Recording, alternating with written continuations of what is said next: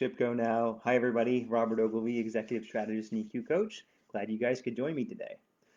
Okay, so we're going to dig into what are the EQ secrets of the smartest people, not just in the world, but that ever lived. We obviously have some notion of intelligence and who some of the smartest people throughout time have been, but we tend to kind of falsely equate it into just like, oh, well, how big is your number? Is it 150? Is it 200? Is it above this or that? Just to kind of recap how IQ works. So it's, 100 points is the average, it's the mean, plus or minus 15 points standard deviation. So what that means is that, I think by the time you're at 128 or above, you're in the top 5%, right? So of course you can imagine the top people throughout time are like what, like 160 to 200 and above, right? But that doesn't mean much if we don't break it down into specific competencies and get a better sense of the nuances of what they're using. That's another reason that classic measurements of a single number for intelligence are very sloppy in a specific sense dealing with anything. So when you go through these lists, what I saw again and again is that there were like certain clusters and patterns of people that were incredibly good at this stuff, right? So yes, a lot of them are scientists, but a lot of them also fall into other categories. Philosophy, and they're dealing with linguistics and lots of other stuff we'll get into. So this is what I'm trying to lay out. These people are not just really high AQ, but they have really mastered some aspects of EQ, which has helped make their work brilliant and useful and help make sure that we actually know about them. Okay, so the first category, and maybe in some sense the most obvious category, people like chess masters, chess champions, and mathematicians. They have so like a Gary Kasparov or some of the other ones I looked up were like Judith Polgar or like anyone that's good at like mastering a set game, right? Um, why? What EQ skill have they mastered? Consequential thinking. So consequential thinking is around seeing down the line, seeing what the results and end commitments and effects of that would be, which also allows you to kind of decision make and risk manage in a longer term time horizon, right? So these people are really good at that. If you've ever played someone who is a master at chess, it's like unfair because they are, you make one choice. Oh no, but they're thinking 6, 8, 10, 12 moves down the line, and they already know how to beat you, right? And you might be like two moves in, and great, you've already lost, right? Because they have so many finite patterns they've memorized and can so easily and fluently think so far down the line that you're like, okay, so they already know the exact right pattern, even taking even my own responses and adaptations into account, that's going to beat me, right? Okay. um, and so the fact that they have such good, you could think of it as a kind of foresight, but like this causes this causes this causes this makes them tremendously good at seeing into the future, right? um, and then in mathematics, that what that's allowing them to do is think about the causal outputs of some model. What would this imply? What would this imply? What would this imply? Okay. Next category. And I was actually really excited when I saw that this pattern was emerging. This category, maybe we should even break this into two, which I'll call like linguists, politicians, but even poets. Okay. So top of this list, I would actually say Cleopatra, right?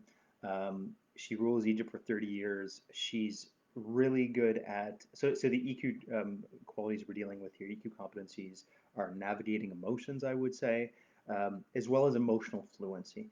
They're really good at whatever energy emotion is going on at the moment, adapting to it well, and it could be theirs or others' emotions.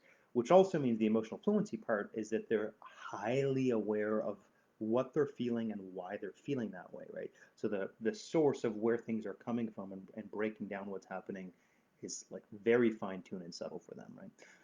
So for someone like Cleopatra, that makes her a very subtle, adaptable leader that's in touch with what's going on, right? And politically, it helps her to strategize, right? But on a linguistic level, you need that emotional fluency because that's helping you like precisely describe what's going on, right? Which is so that's why then people dealing with um, not just moral and social philosophies are dealing with this. So like I would say Confucius has this, right? All of Confucianism is really not just around kind of laying out good social decorum, but doing it from this lens of kind of subtlety and light touch and having a very good sense of what people are feeling and how you might subtly adjust that, right? It's a very subtle social leadership, right? But I would also put poets and writers in this because they need to become very good at expressing complex motivations, dilemmas, context very well, right? So when you're dealing with someone like Shakespeare or Goethe, I would put them in this category as well. We could maybe parse out the kind of the writer, artist, linguistic part from the active politician part, because they're needing to adapt in the moment. So maybe that's two different categories, but they're using the same emotional intelligence traits, which are navigate emotions and emotional fluency. Okay, next category. Um, these are people really good at abstraction and universal principles, right? So I would put in this category Voltaire, Aristotle, because he's so interested in ethics. And so, yes, you're learning how to become wise and develop, but the whole point is that that's making you ethically better and you can work with the world better. And Leonardo da Vinci. And as you may know, he's probably my favorite dude, right? Love that cat, love him. Really good pattern recognition, and I would also say really good noble purpose. And it's something that particularly develops over time. So what drives these people isn't just that they can recognize good universal patterns and are empirical enough to find the data, truth and universally oriented enough in terms of what that means that they can kind of boil it down to these truths, but then also spit it back to the world, right? It's like, wait, these are the most highest priority things, or this is the way everything should be. We should reorganize ourselves and our societies around these a bit more, right? Um, so, for someone like Aristotle, there's a kind of a stoic quality of how do you make yourself better and make people around you better and not needlessly suffer. For someone like Da Vinci, I would often frame it as so he's in this Renaissance context and he's just trying to kind of set up some condition or him as this kind of engineer like artist can like operate into his work despite the political and economic quagmire going on around him, right? And it's great too when you can find something amidst the chaos of what's going on that there are universal things you can tap into. That's a fantastic quality to have. So they again really good pattern recognition and really good noble purpose because they're applying it on a big scale to help people. Okay, next category. And I had a hard time kind of parsing out exactly what EQ traits would fit with this, but I'll just lay it out for you. Um, it's it's a lot of economists and physicists, people that are dealing with large, I wouldn't say universal patterns, but I would say complex models. And that's why, and economists are known for this kind of things, right? It's very hard to model big, large, complex systems, right? And it's very in that way hard to falsify, right? So what you're dealing with is more like, well, how good of a description is the model I'm using to look at the world, right? Physicists do the same thing, right? They run experiments about this or that thing to collect data about actual particles, actual physical phenomena they're dealing with, and then they're trying to come up with like, wait, what the hell did I just measure? What the hell did I just see?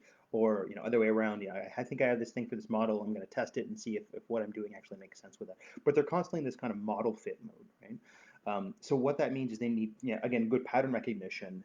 But I would honestly say good optimism because they're going into things with a sense of like, listen, there could be lots of ways to look at this.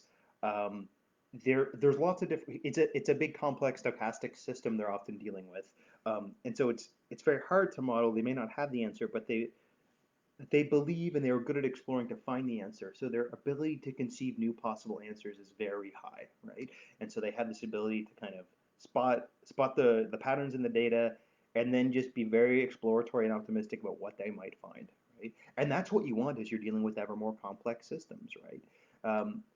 It also shows you on the flip side of that someone that has a very pre-baked mental model they're trying to apply in every use case. It's like that is insufficient to deal with any complex system. But you can also see that kind of vanity, not just in kind of very juvenile thinkers and like highly dogmatic thinkers, but even people that are very accomplished in one domain, but they just want to transfer it over. I think Elon Musk actually falls into this bad habit a lot. But it's no different than saying, listen, the person who's a master accountant in some area doesn't mean he's the person that you want to build your next piece of software or lead a marketing campaign, right? They could be a master in one domain and then totally aloof in others. Sorry, bit of an aside.